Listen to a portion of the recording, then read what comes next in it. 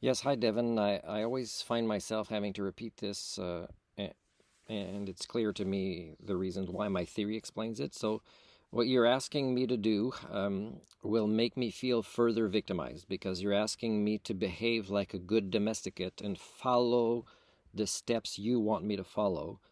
And for me, you can't create a win-win mediation type scenario with me in this way. So you have to kind of realize that, let's say I've met some of you and they've interviewed me as a person, and let's say they would claim they have a good idea who I am. They would know, yeah, don't try this with Martin because Martin's had a challenging life because he refuses to be a domesticate. He needs to be more self employed like he's been in the past. So the fact that you won't answer things that for me are very important to answer to know in what ways I have been victimized, for example, and you kind of and I don't even know if you're a man or a woman by your name. I don't think we've met. You kind of are imposing your you go through here, turn right, turn left, the slaughterhouse is over there, and don't ask questions and go through the slaughterhouse.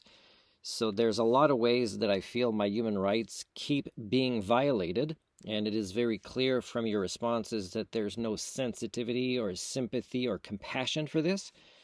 So, that's why I always say, can WorkBC's lawyers contact me? Just like the Canada Revenue Agency owes me money, or the Ministry of Poverty Creation owes me money and reparations. And I ask, can the lawyers contact me?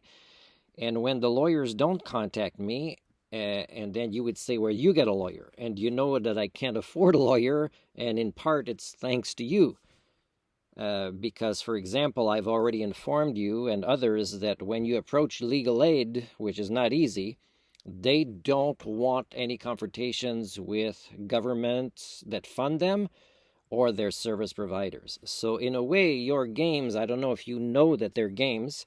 You might believe you're crossing your T's and dotting your I's, but for me, a critical thinking person that doesn't suffer from HSD, I push back domestication.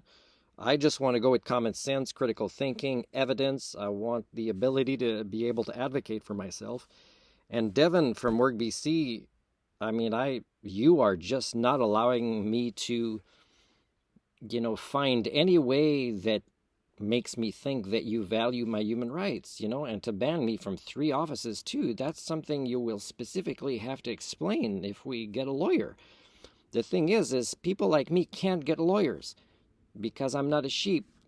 And people that are believing they're shepherds when they're also sheep kind of victimize me further.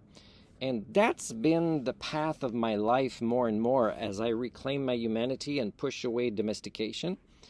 And I can handle it. I've developed a lot of different types of skill sets, and types of intelligence, such as emotional intelligence. So what I do is I document your responses, your lack of the ability to stop violating my human rights and partake in a conversation that is transparent, allowing both sides to be heard. And I just post these things online.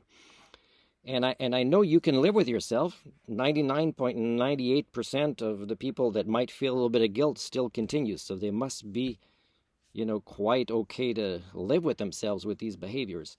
But for me to be able to live with myself where you're making no compromises at all is I still have to defend my human rights and my abilities and rights not to be domesticated.